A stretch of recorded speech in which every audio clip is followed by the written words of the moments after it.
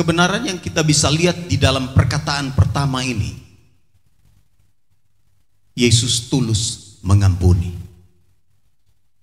Yesus mengucapkan perkataan pengampunan. Waduh, ini tidak gampang ya.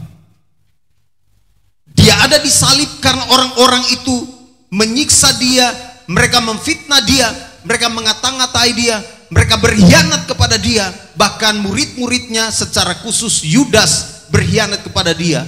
Murid-murid yang lain juga lari meninggalkan dia. Yesus seorang diri di salib. Prajurit-prajurit itu kemudian mengolok-olok dia, ayat 36. Mereka berkata bahwa dia raja yang tidak bisa menyelamatkan dirinya.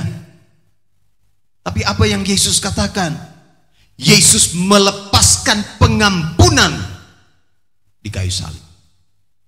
Yesus tulus mengampuni, dan dia berkata, ya Bapa, ini doa Yesus, ini perkataan Yesus, ini permohonan Yesus kepada Bapanya.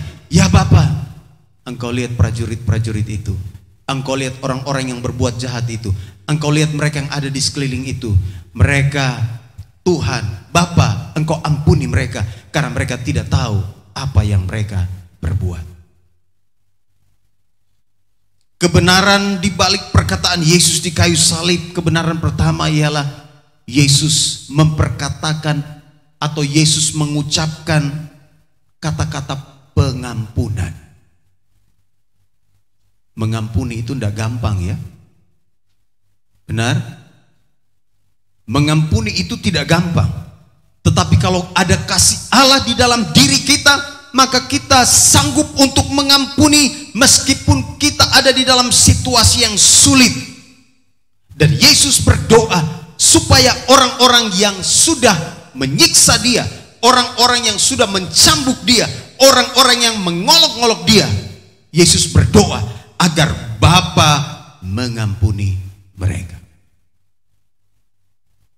Saudara, kalau kita bicara tentang mengampuni secara manusia, mungkin di mulut gampang, tapi pada prakteknya tidak gampang. Betul? Yesus sebenarnya bisa saja membinasakan orang-orang itu. Yesus punya kuasa, dia bisa saja menghancurkan prajurit-prajurit itu. Yesus bisa saja membungkam mereka yang mengolok-olok dia. Bisa sekali, sangat bisa. Tapi Yesus tidak melakukan itu. Dia sedang mendemonstrasikan pengampunannya. Dia sedang menunjukkan pengampunan Allah yang begitu luar biasa yang ada pada dirinya. Dan Yesus juga mau supaya mereka yang sudah memperlakukan dia dengan buruk, memperlakukan dia dengan jahat, mereka beroleh pengampunan dari Allah. Dan Yesus berkata, ya Bapa, ampunilah mereka, karena mereka tidak tahu apa yang mereka berbuat. Masih adakah di dalam hati kita orang-orang tertentu yang kita merasa pahit kepada mereka? Masih adakah orang-orang di sekeliling kita, baik itu di keluarga kita, di tempat kerja kita, di lingkungan kita, yang membuat hati kita pahit sehingga akhirnya kita sulit untuk mengampuni? Berdoalah supaya Tuhan memampukan kita untuk kita bisa mengampuni mereka. Amin. Merayakan Paskah tanpa pengampunan itu omong kosong. Merayakan Paskah tanpa bisa mengampuni orang lain itu omong kosong. Karena bicara tentang Paskah, bicara tentang kematian Kristus, bicara tentang pengampunan. Dan Kristus Yesus mengampuni dengan tulus. Sejauh timur dari barat, dia membuang segala dosa kita. Nanti baca sendiri dalam Mazmur 103 ayat 12 dan seterusnya. Jauh ke dalam tubir laut dia melemparkan dosa kita. Kalau Yesus ingat-ingat dosa kita, hari ini saudara dan saya tidak bisa duduk di gereja. Kalau hari ini Yesus masih ungkit-ungkit dosa-dosa dan kesalahan kita, hari ini kita tidak beroleh keselamatan. Tapi manusia kita seringkali mengungkit-ungkit kesalahan orang lain, bukan? Dan kita tidak tulus mengampuni. Tapi bagaimana identitas kita sebagai murid Kristus? Kita diajar untuk mengampuni. Dan Yesus bukan hanya asal ngomong. Nanti baca di dalam Injil ya. Yesus di dalam Injil dia ajar begini, kasihilah musuhmu dan berdoalah bagi mereka yang mencaci atau menganiaya kamu. Lukas 6 ayat 27 sampai 28. Yesus buktikan itu di salib. Dia tidak hanya asal ngomong, dia tidak hanya sekedar mengajar, tapi dia mempraktekkan pengampunan itu di salib. Dan dia berdoa, ya Bapa, ampunilah mereka. Bapa, ampunilah si A, si B, si C, si D, dan sampai si Z itu yang menyakiti. Bapa, ampunilah mereka. Kita harus belajar untuk mulai mengampuni. Kalau ada orang Kristen yang bilang enggak bisa, saya pastikan dia belum sungguh-sungguh ada di dalam kasih Kristus. Karena kasih Kristus sanggup membalut hati-hati yang terluka. Amin. Kasih Kristus sanggup membereskan, menyingkirkan segala kepahitan di dalam hati. Yesus tidak membiarkan hatinya pahit gara-gara prajurit-prajurit itu mencambuk dia. Kasih Yesus jauh lebih besar dari semua perbuatan jahat mereka itu. Dan Yesus mengampuni mereka. Yesus mempraktekkan kasih. Dia berdoa, ya Bapa, ampunilah mereka karena mereka tidak tahu apa yang mereka perbuat. Sederhananya begini. Kalau ada orang yang menyakiti hati kita, kalau ada orang yang memperlakukan kita sehingga kita masih merasa pahit sampai sekarang, kalau ada orang-orang yang membuat kita tidak nyaman, hati kita masih belum bisa beres. Sederhananya, saudara tulis nama orang itu, taruh di Alkitab saudara, atau taruh di kamar belajar saudara. Setiap saudara mau berdoa, sebut nama orang itu juga. Bapa, ampunilah dia karena dia tidak tahu apa yang dia perbuat. Bisa lakukan itu? Bisa lakukan itu? Ketika saudara dan saya melepaskan pengampunan, di situ ada kemenangan. Ketika kita melepaskan pengampunan, di situ ada pemulihan hati. Di situ ada pemulihan batin. Ketika kita melepaskan pengampunan, di situ ada sukacita dan damai sejahtera. Saya teringat satu kisah yang saya baca di dalam sebuah buku yang saya beli kurang lebih 20 tahun yang lalu. Ada seorang anak bernama Amalia yang kurang lebih sejak umur 14 tahun diperkosa oleh ayah kandungnya. Setiap ayahnya pulang malam dan mabuk, dia selalu memperkosa anak kandungnya. Anak itu umur kurang lebih 14 tahun saat itu. Jadi anak ini tahu kalau papanya pulang malam pasti dia diperkosa. Dan sejak diperkosa sampai seterusnya, dia selalu pesan kepada Amalia, jangan kamu ceritakan ini kepada mamamu. Kalau kamu menceritakan ini kepada mamamu, maka mamamu dan kamu saya bunuh. Dan anak itu mengalami tekanan yang luar biasa. Saudara bayangkan anak gadis umur 14 tahun. Lalu dia bertumbuh di dalam kepahitan. Dia ada di dalam kepahitan yang luar biasa. Dia tidak bisa terima. Mengapa orang tua saya, mengapa ayah kandung saya memperlakukan saya seperti itu? Dan dia bilang ini tidak boleh. Kenapa begini? Tetapi sebagai anak gadis dia tidak berdaya. Dan itu terjadi bertahun-tahun. Ibunya tidak tahu sama sekali. Setiap papanya pulang malam dan mabuk, selalu dia diperkosa. Dengan berbagai macam cara dia alasan sehingga itu tidak tahu, tidak diketahui oleh satu rumah itu. Lalu anak ini mulai bertumbuh dengan keras. Dia mulai, kalau begini lebih bagus, rusak sekalian. Dia mulai pergi ke klub malam. Dia mulai pergaulan bebas, ada di sana, di bar-bar dan seterusnya. Sampai satu ketika dia bilang begini, saya akan habisi ayah saya. Ketika dia sudah mulai berusia, mulai dewasa, dia bilang saya akan habisi ayah saya. Lalu dia merencanakan itu. Ketika satu malam ayahnya pulang, jadi ini bukan hanya 1-2 tahun, sudah bertahun-tahun.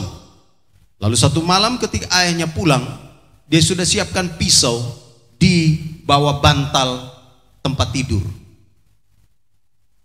Ketika ayahnya memperkosa dia malam itu, dia rela diperkosa. Lalu kemudian sementara ayahnya melakukan itu, dia ambil pisau dari belakang bantalnya dan dia mau tusuk di bagian belakang ayahnya. Begitu dia ambil, dia mau tusuk di belakang badan ayahnya, ada suara yang bilang begini, Amalia, jangan, itu ayahmu. Suara itu begitu lembut, tetapi bukan sesuatu yang biasa. Suara itu lembut tetapi kuat, yang kemudian membuat dia tidak bisa untuk melakukan perbuatan itu. Akhirnya dia simpan kembali pisau itu. Dia juga tidak tahu ini suara apa. Lembut tapi begitu kuat sekali sehingga itu membatalkan rencana jahat dia. Lalu karena dia tidak jadi membunuh ayahnya, dia menyesal sekali. Peristiwa itu terjadi sudah. Lalu beberapa hari kemudian sama lagi, ayahnya pulang mabuk memperkosa dia. Dia merencanakan pembunuhan yang sama. Dia simpan lagi pisau itu. Dia simpan lagi pisau itu di belakang bantalnya. Dan beberapa kali dia hendak melakukannya. Dan setiap kali dia mau melakukan itu, suara yang sama datang kepada dia dan katakan begini, Amalia, jangan, itu ayahmu. Karena sudah beberapa kali dia gagal, suara itu selalu datang untuk menghalangi dia. Lalu kemudian dia lari dari rumah. Singkat cerita, dia lari dari rumah, dia keluar dari rumah. Karena dia stres, dia tidak bisa jadi bunuh bapaknya. Dia lari keluar rumah, dia jalan dari satu tempat ke tempat yang lain. Tiba-tiba di dalam sebuah pertemuan dengan seorang temannya, cerita ini panjang sekali. Lalu temannya bilang begini, sudahkah kita ke gereja aja. Dia juga tidak cerita itu kepada temannya. Tapi temannya tahu bahwa ini kayaknya orang ini ada masalah deh. Lalu dia diajak pergi ke gereja dalam sebuah ibadah. Mereka duduk di bagian belakang di balkon. Lalu kemudian begitu pendeta itu selesai berbicara, dan pendeta itu katakan begini, pasti ada orang di sini yang sedang bergumul dengan hatinya, dengan hidupnya, dan saya mau berdoa untuk dia. Suara itu sepertinya ditujukan kepada Amalia. Dia rasa seperti ditujukan kepada dia, padahal pendeta ini tidak tahu dan dia juga baru datang di gereja itu. Lalu selesai ibadah, dia tidak bisa pulang. Hatinya betul-betul dilawat oleh Tuhan. Dan kemudian dia datang ke depan bertemu dengan pendeta itu. Lalu dia bercerita semuanya, lalu pendeta itu mendoakan dia. Dan hari itu Amalia mengalami pemulihan hidup. Dia mengalami sukacita dan dia bilang, saya siap dan saya sudah mengampuni papa saya. Di dalam pertemuan itu, dan dia bilang, saya sudah mengampuni papa saya. Saudara tahu apa yang terjadi? Setelah itu Amalia ambil satu kesempatan berjumpa dengan bapaknya. Dia kemudian menyerahkan hidupnya, masuk sekolah teologi. Lalu kemudian dia berjumpa dengan bapaknya dan dia bilang begini. Dalam pertemuan itu dia bilang begini pada bapaknya, Pak, Bapak memang jahat. Bapak memang sudah perkosa saya. Bapak sudah melakukan semua yang jahat kepada saya. Tapi dengar apa yang saya mau katakan buat Bapak hari ini. Saya mau bilang, saya sudah ampuni semua perbuatan Bapak. Saya sudah ampuni semua kesalahan Bapak. Semua kejahatan Bapak saya sudah ampuni. Dan hari ini saya sebagai anak, saya datang untuk mengampuni Bapak. Begitu papanya dengar apa yang Amalia katakan, papanya tidak sanggup. Dia menangis sekuat-kuat tenaga. Dia menangis dan hari itu dia berubah total.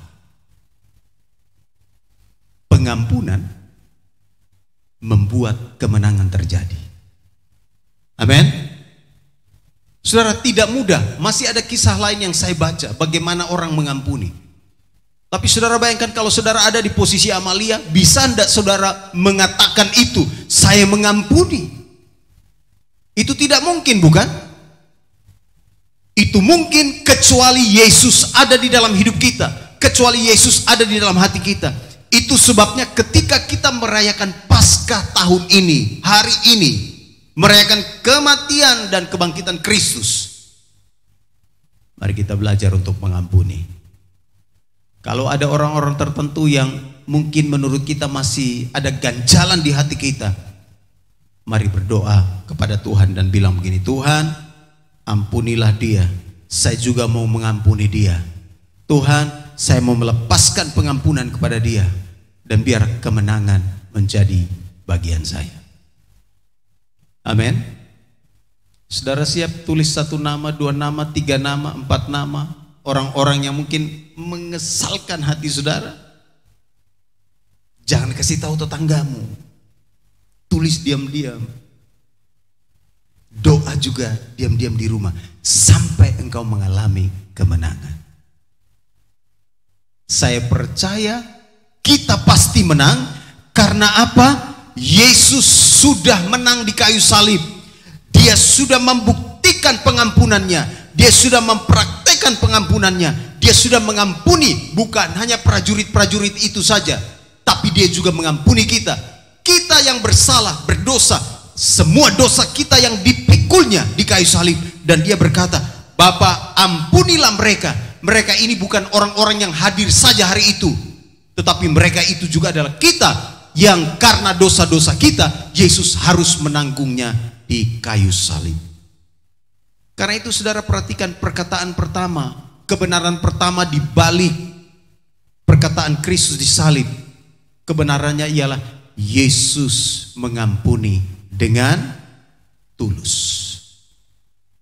Yang kedua saudara gue kasih, perhatikan di dalam ayat yang ke-43. Cerita tadi sudah saya sampaikan, lalu natsnya sudah kita lihat, kita baca.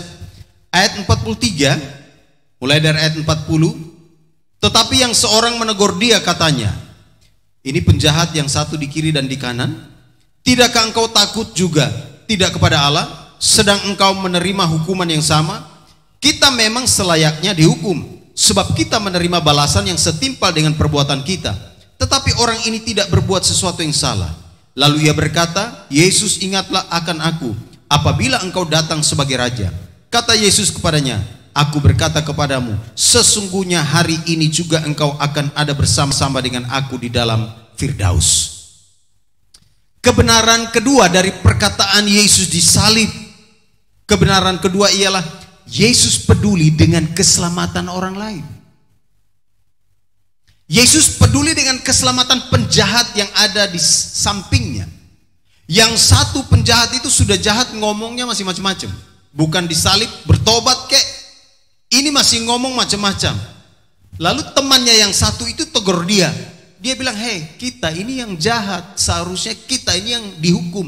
Dia itu seharusnya tidak dihukum. Lalu kemudian dia berpaling kepada Yesus. Penjahat yang satu itu berpaling kepada Yesus dan bilang, Yesus, ingatlah aku apabila engkau datang sebagai raja. Kata Yesus, aku berkata kepadamu, sesungguhnya hari ini juga engkau akan ada bersama-sama dengan aku di dalam Firdaus. Ayat-ayat ini sebenarnya menunjukkan tentang pertobatan sang penjahat itu. Ketika dia bilang, ingatlah akan aku, ingatlah aku Tuhan. Para penafsir, para teolog berkata bahwa di salib itu sang penjahat ini bertobat. Dia menyerahkan hidupnya kepada Tuhan. Dia menyadari kesalahan dan perbuatan dosanya. Lalu dia bilang, ingatlah aku Tuhan. Lalu Yesus meresponi itu dan berkata, hei, hari ini juga engkau akan ada bersama-sama dengan aku di Firdaus. Yesus peduli dengan keselamatan orang lain. Padahal di saat yang sama dia sedang menderita. Ini luar biasa ya. Kalau kita sedang menderita, aduh, pasti kita tidak peduli orang lain lagi. Pasti kita hanya pikir diri kita sendiri, bukan? Ah, yang penting saya aman, dia mau terserahlah. Tapi tidak bagi Yesus. Yesus peduli dengan keselamatan sang penjahat itu. Dan dia bilang, hari ini juga engkau akan ada bersama-sama dengan aku di dalam Firdaus. Singkatnya begini. Orang tanya, kapan seseorang diselamatkan? Jawabannya sederhana. Seseorang akan menerima keselamatan ketika dia berjumpa dengan Yesus secara pribadi, dalam arti dia menerima Yesus Kristus sebagai Tuhan dan Juru Selamat secara pribadi. Dia mengakui setiap dosa dan kesalahannya, dia bertobat, dia mengakui semuanya, dan dia menerima Yesus. Maka saat itu dia pasti menerima keselamatan. Jadi keselamatan tidak tunggu lagi 1 minggu, tidak tunggu lagi hari KKR 2 bulan, tidak tunggu lagi ibadah khusus lagi. Tidak perlu. Keselamatan akan kita terima ketika kita bertobat sungguh-sungguh, menerima Yesus sebagai Tuhan dan Juru Selamat secara pribadi. Keselamatan diberikan kepada kita. Itu sebabnya orang yang berkata, Yesus ingatlah aku, hari itu dia diselamatkan. Saudara, kebenaran ini penting sekali. Kalau orang bertanya, kamu sudah selamat belum? Saudara harus pastikan, saya sudah selamat. Mereka bilang, kok bisa ya? Ya, kasih tahu dia, karena saya sudah menerima Yesus sebagai Tuhan dan Juru Selamat secara pribadi. Saya meninggalkan kehidupan dosa saya bertobat sungguh-sungguh, dan saya percaya saya diselamatkan. Dan kalaupun saya mati hari ini, saya bersama-sama dengan Tuhan Yesus di dalam kemuliaannya. Amin. Itu sebabnya ini kebenaran kedua yang perlu saudara dan saya perhatikan. Yesus peduli dengan keselamatan orang lain. Ada jaminan keselamatan di dalam Yesus. Yesus tidak melihat dosamu seperti apa. Dia tidak melihat masa lalumu lagi. Yesus tidak melihat masa lalu dari penjahat ini. Yesus tidak lagi ungkit, kamu sudah bunuh berapa orang, apa yang kamu sudah lakukan, kamu punya kejahatan berapa banyak. Yesus tidak peduli lagi. Ketika penjahat itu berkata, ingatlah aku. Ketika penjahat itu berkata kepada Yesus, Tuhan ingatlah aku, tolonglah aku, selamatkanlah aku. Yesus bilang, hari ini juga engkau berada bersama-sama dengan aku di dalam Firdaus. Kalau Yesus sudah melupakan masa lalu kita, kenapa kita masih ingat masa lalu? Kalau Yesus sudah membereskan masa lalu kita, kenapa kita masih berjalan di dalam masa lalu? Seharusnya kita yang sudah diselamatkan oleh Kristus, kita harus melangkah maju ke masa depan. Amin. Kita sudah meninggalkan masa lalu. Yesus sudah membereskan semua masa lalu kita. Masa lalu yang kelam, masa lalu yang jahat, seperti penjahat itu. Yesus tidak bilang, oke, kau sebut ya, kau punya dosa apa saja. Keburu mati dia. Orang penjahat lagi ditombak, ditikam. Yesus tidak penting. Hal itu tidak penting lagi bagi Yesus. Yang penting kau bertobat sungguh-sungguh. Yesus bilang, hari ini engkau berada bersama-sama dengan aku di dalam Firdaus. Itu kebenaran kedua tentang perkataan Yesus di kayu salib. Yesus peduli keselamatan orang lain karena dia sumber keselamatan. Yang ketiga, saudara kekasih, perhatikan. Perhatikan di Yohanes pasal 19 ayat 26 sampai 27. Banyak kali kita selalu dengar istilah ini, 7 perkataan Yesus di kayu salib. Yang mana? Yang mana? Nah, hari ini saya kasih tahu satu persatu. Yang ketiga di dalam Yohanes pasal 19 ayat 26 sampai 27, saudara perhatikan bagian firman Tuhan itu. Saya akan baca untuk kita. Yohanes 16 ayat 26 sampai 27. Firman Tuhan katakan,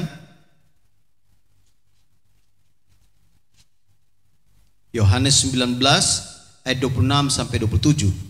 Ketika Yesus melihat ibunya dan murid yang dikasihinya di sampingnya, berkatalah ia kepada ibunya, "Ibu, inilah anakmu." Kemudian katanya kepada muridnya, "Inilah ibumu." Dan sejak saat itu murid itu menerima dia di dalam rumahnya. Ini perkataan ketiga Yesus disalib. Apa kebenaran dari perkataan ini, saudara? Dia lihat murid yang dikasihinya. Siapa murid yang dikasihi Yesus? Yakin? Ini kalau kita kuis lagi ini, minggu lalu kayaknya kuisnya kurang ya. Siapa murid yang dikasihi oleh Yesus? Ada yang bilang Petrus, ada yang bilang Yudas, ada yang bilang Yakobus. Siapa? Ada yang bilang Yohanes. Yang mana yang benar nih? Siapa murid yang dikasihi oleh Yesus? Kan ada 12 murid tuh. Simon, Yakobus, Yohanes. Siapa lagi? Siapa murid yang dikasihi oleh Yesus? Yang tegas dong. Siapa? Yohanes. Yohanes adalah murid yang dikasihi oleh Yesus. Waktu terjadi percakapan di bagian firman Tuhan yang lain, di sana dikatakan, ini orang murid yang engkau kasih ini bagaimana dari akhir hidupnya? Nah, lalu Yesus bilang gini, untuk dia jangan kamu urus dia. Kalau aku mau agar dia hidup sampai aku datang kembali, itu bukan urusan kamu. Nah, itu menunjuk kepada Yohanes yang kemudian dibuang ke Pulau Patmos. Yohanes itu yang kemudian dibuang ke Pulau Patmos, lalu dia melihat penglihatan-penglihatan tentang kedatangan Tuhan Yesus, tentang ini dan tentang itu. Makanya dia menggenapi apa yang Yesus katakan, jangan kamu urus dia. Kalau saya mau dia tinggal sampai aku datang kembali, itu bukan urusan kamu. Nah, Yohanes ini yang kemudian dibuang di Pulau Patmos dan dia melihat tentang semuanya, tentang peristiwa-peristiwa sebelum kedatangan Tuhan Yesus. Waktu Yesus disalib, Yesus bilang kepada Yohanes,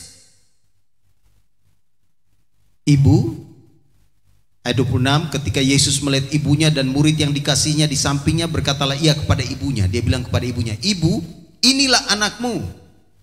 Kemudian katanya kepada muridnya, inilah ibumu. Saya coba renung-renungkan, ini apa ya? Ini apa maksudnya? Disalib ini masih reuni keluarga kah? Ini apa maksudnya?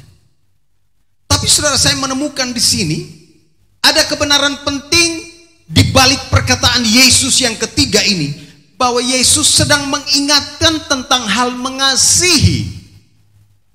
Dia bilang kepada ibu-ibu, ini anakmu, dan anak itu dia bilang, ini ibumu.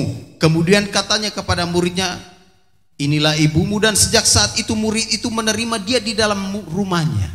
Ada penafsir bilang begini, Yesus mau pergi, makanya dia tanggung jawab dengan keluarganya. Dia bilang, tolong ya, ibu, ini anakmu ya, anak ini ibumu, tolong saya titip. Makanya gereja Katolik, salah satu ayat yang mereka pegang ini, penghormatan kepada para wanita, secara khusus Bunda Maria. Ini salah satu ayat yang mereka pegang. Anak-anak, ini ibumu ya, pelihara dia ya, hormati dia ya. Dan sejak saat itu murid itu menerima dia di dalam rumahnya. Mereka kemudian menafsirkan bahwa ibu ini kemudian tinggal bersama-sama dengan murid yang dikasihi Yesus. Yesus punya saudara yang lain enggak? Punya. Tapi kenapa dia titip kepada murid yang dikasihinya? Sebenarnya penekanannya ialah bahwa Yesus sedang mengingatkan tentang hal mengasihi. Dia berkata kepada murid yang dikasihinya, dia berkata kepada ibu yang dikasihinya, dia ingin menunjukkan bahwa mereka harus saling mengasihi. Saudara, salib, peristiwa kematian Kristus yang kita hubungkan dengan perkataan Yesus, Yesus mengingatkan tentang hal mengasihi. Hubungan-hubungan harus perlu diperbaiki. Amin. Karena salib memperbaiki hubungan yang rusak antara manusia dan Tuhan, dan manusia dengan sesama. Karena itu ketika bicara tentang salib Kristus, Yesus memperingatkan kita, Yesus mengingatkan kita supaya kita memiliki hubungan satu dengan yang lain dengan baik. Kita harus membangun hubungan satu dengan yang lain dengan kasih. Kalau ada hubungan-hubungan yang rusak, yang retak, perbaiki hubungan dengan orang tua. Kalau ada hubungan dengan orang tua yang retak, perbaiki. Jangan tunggu-tunggu, mentang-mentang kau sudah kerja, mentang-mentang kau sudah dapat gaji, mentang-mentang kau sudah hebat, lalu hubungan dengan orang tua jadi rusak. Gak boleh. Ingat kau datang dari mana. Mentang-mentang orang tua tidak sarjana, engkau sarjana, engkau master, Lalu orang tua ngomong, engkau bilang, tahu apa sih? Justru orang tua yang tidak sarjana itu yang melahirkan engkau yang sarjana, yang master, yang doktor itu. Maka harus belajar menghormati orang tua. Ambil telepon lah. Dimarah-marah sedikit gak apa-apa, biasa. Nanti kau punya anak juga kau marah-marah. Amin. Salib bicara tentang memperbaiki hubungan, saling mengasihi. Dan Yesus ingatkan supaya mereka saling mengasihi. Kalau ada yang belum sempat telepon keluarga karena ada pulang telepon, Pak ini Paskah ini jadi. Tolong perbaiki hubungan ya. Ya kan? Kalau dia tidak mau terima telepon, ada cara lain. Kau kirim buat dia pulsa. Begitu pulsa masuk kaget, baru nanti bilang dia, saya ada kirim pulsa sedikit ya, wih senang pasti. Amin. Saudara, ada hal penting di sini tentang hubungan-hubungan. Paskah bicara tentang Kristus memulihkan hubungan kita dengan Tuhan, dengan Bapa di surga. Dan kita pun harus memiliki hubungan yang baik dengan sesama kita. Dan Yesus ingatkan, ibu, ini anakmu ya, anak, ini ibumu ya. Dan sejak saat itu mereka hidup harmonis, tinggal sama-sama. Ada penafsir yang bilang gini, tapi ini belum tentu benar. Ada penafsir yang bilang gini, kayaknya mereka punya hubungan gak bagus ini. Makanya Tuhan bilang, ibu, ini anakmu ya, ini bukan orang lain. Anak, ini ibumu ya. Perbaiki hubungan. Dan itulah identitas kita di dalam Kristus. Ketika kita hidup di dalam kasih. Ingat Paskah, ingat kasih. Amin. Ingat Paskah, ingat mengasihi. Ingat Paskah, ingat tentang memperbaiki hubungan. Yang keempat, saudara kekasih, perhatikan Markus 15 ayat 34. Saya akan menjelaskan ini sampai perkataan ke-7 supaya tuntaslah semuanya dan saudara mengerti. Di dalam Markus 15 ayat 34 di sana dikatakan begini. Luar biasa sekali ayat-ayat ini, saudara kekasih.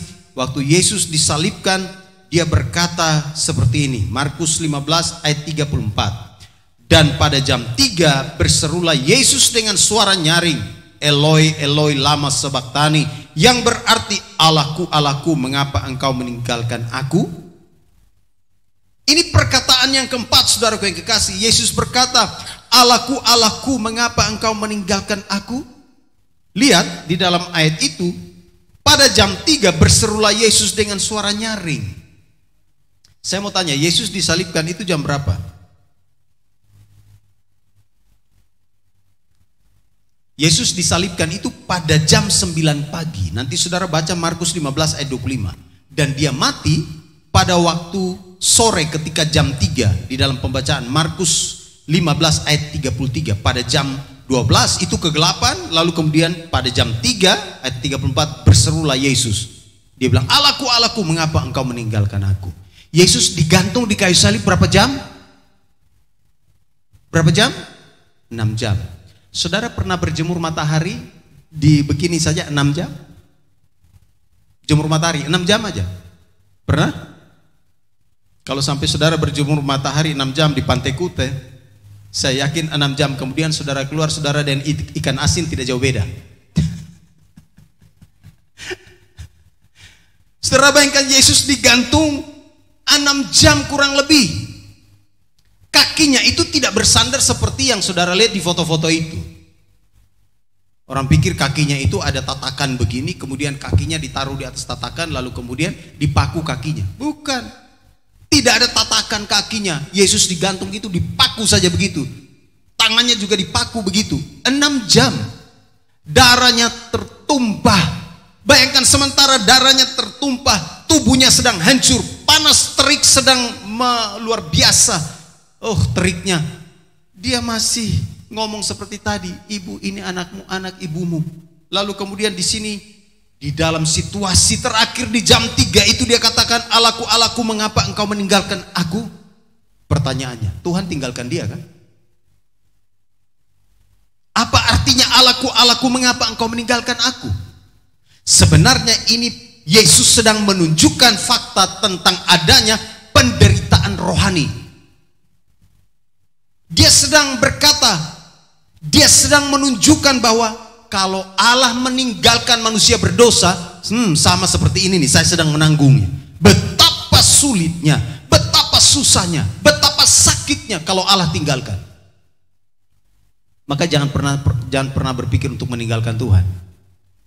Kalau Tuhan tinggalkan kita, itu sakitnya minta ampun. Yesus sedang menunjukkan fakta, ini penderitaan rohani. Dia bilang, Allahku, Allahku, mengapa engkau meninggalkan aku? Yesus sedang menanggung setiap dosa manusia. Dan Allah seperti memalingkan wajahnya, tidak mau melihat Yesus. Biarkan dia menanggung semua dosa manusia. Biarkan dia ada di salib itu. Dan Yesus merasakan ini penderitaan rohani. Dia mewakili kita semua manusia berdosa. Dan dia menyuarakan isi hati manusia. Kalau manusia ditinggalkan Allah, beginilah ceritanya. Maka dia bilang, Allahku, Allahku, mengapa engkau meninggalkan aku?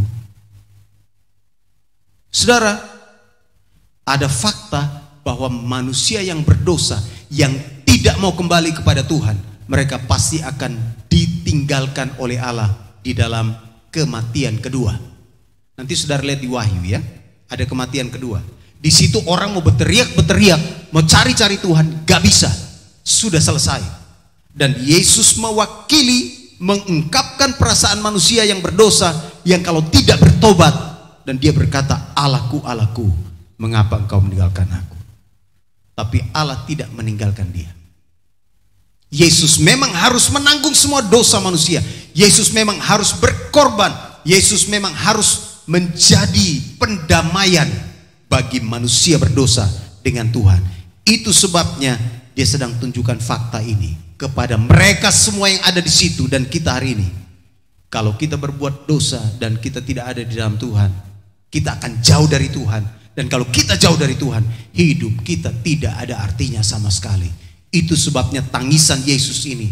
Dia katakan, Allahku, Allahku, mengapa engkau meninggalkan aku? Yang kelima, saudara kekasih, perhatikan bagian firman Tuhan ini. Saya berharap saudara mengerti apa yang saya sampaikan hari ini. Yang kelima, saudara kekasih, Yohanes 19 ayat 28. Perkataan yang kelima, Yohanes 19 ayat 28, di sana dikatakan begini. Sesudah itu, karena Yesus tahu bahwa segala sesuatu telah selesai, berkatalah ia, supaya genaplah yang ada tertulis dalam kitab suci, aku haus. Aku haus. Apa maknanya ini? Apa kebenaran di balik perkataan Yesus yang kelima? Kebenarannya ialah Yesus menunjukkan fakta tentang adanya penderitaan jasmani. Tadi ada penderitaan rohani. Dia bilang, Allahku, Allahku, mengapa engkau meninggalkan aku? Sekarang dia bilang, aku haus. Dia sedang menunjukkan fakta bahwa ada penderitaan rohani. Apakah ketika Yesus minum kemudian dia akan oke, fine saja? Bukan itu. Makanya beberapa murid itu mereka pikir Yesus minta minum, maka mereka kemudian berusaha untuk datang mencucukkan bunga karang yang telah dicelupkan dalam anggur asam pada sebatang hisop lalu mengunjukkannya ke mulut Yesus. Yohanes 19 ayat yang ke-29. Mereka pikir Yesus haus dan minta minum. Tapi makna yang lain di sana ialah dia ingin menunjukkan tentang adanya penderitaan jasmani. Dosa menyebabkan Kristus juga harus menderita secara jasmani untuk menanggung dosa manusia. Dia haus. Ini bukan soal haus minuman, bukan soal haus untuk dapat air, tapi dia haus. Dia perlu Allah, dia perlu Tuhan, dia perlu Bapanya. Dan ini Yesus menunjukkan fakta tentang penderitaan jasmani. Di kayu salib, Yesus menanggung setiap dosa manusia. Dia menderita secara jasmani. Tetapi 1 Petrus katakan begini, oleh bilur-bilurnya kamu menjadi sembuh. Yang keenam, saya tidak akan lama ini. Yang keenam, saudara kekasih, perhatikan, bicara tentang perkataan Kristus di kayu salib. Yohanes 19 ayat 30. Yohanes 19 ayat 30 di sana dikatakan begini. Sesudah Yesus meminum anggur asam itu, berkatalah ia, sudah selesai. Lalu ia menundukkan kepalanya dan menyerahkan nyawanya. Sudah selesai. Kata Yunaninya adalah tetelestai. Tetelestai itu artinya sudah dibayar lunas. Dia sudah membayar lunas semua dosa kita dengan darahnya yang dicurahkan. Dia sudah menyelesaikan setiap pergumulan-pergumulan kita. Dia sudah menghancurkan kuasa kegelapan. Dia sudah menghancurkan kuasa dosa. Saya sudah khotbahkan minggu lalu, saya tidak panjang di sini. Dia sudah menyelesaikan semuanya. Itu sebabnya dia berkata, sudah selesai. Yesus memproklamirkan kemenangannya. Ini ucapan kemenangan. Ucapan kemenangan Yesus. Dia bilang, sudah selesai. Kalau Yesus sudah menyelesaikan semua masalah dosa, masalah kuasa kegelapan, masalah-masalah yang lain, mengapa kita harus takut? Tidak ada hal lagi yang harus kita takutkan. Keselamatan sudah dia berikan kepada kita. Dia sudah memproklamirkan kemenangannya. Dan dia sudah menang atas semuanya. Dan dia berkata, sudah selesai. Dia sudah menyelesaikan setiap masalah-masalah keseharian saudara. Dia sudah menyelesaikan masalah-masalah saudara tentang masa depan. Dia sudah menyelesaikan masalah-masalah dan pergumulan-pergumulan saudara. Dan dia katakan, sudah selesai. Masalah yang berhubungan dengan kuasa kegelapan sudah selesai. Masalah yang berhubungan dengan kuasa dosa sudah selesai. Masalah yang berhubungan dengan kehidupan kekal sudah diselesaikannya. Dan masalah-masalah keseharian saudara dan saya juga sudah diselesaikannya. Dia katakan, sudah selesai. Yang terakhir saudara yang kasih, ucapan terakhir yang ketujuh. Lihat di dalam Lukas 23 ayat 46. Lukas 23 ayat 46, firman Tuhan katakan begini.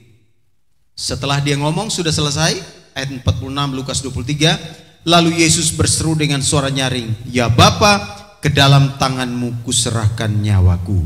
Dan sesudah berkata demikian, ia menyerahkan nyawanya. Ini ucapan apa? Kebenaran apa di sini? Kebenaran Yesus menyerahkan diri seutuhnya kepada Bapaknya. Dia bilang, ya Bapa, ke dalam tanganmu kuserahkan nyawaku. Saudara, ini pelajaran penting buat kita semua. Ketika bicara tentang Paskah, kematian dan kebangkitan Kristus, kita harus mengerti hal ini, bahwa kita juga sebagai orang percaya harus menyerahkan diri kita seutuhnya kepada Dia. Karena Kristus sudah menebus kita, Dia sudah menyelamatkan kita, maka kita harus menyerahkan hidup kita seutuhnya kepada Dia.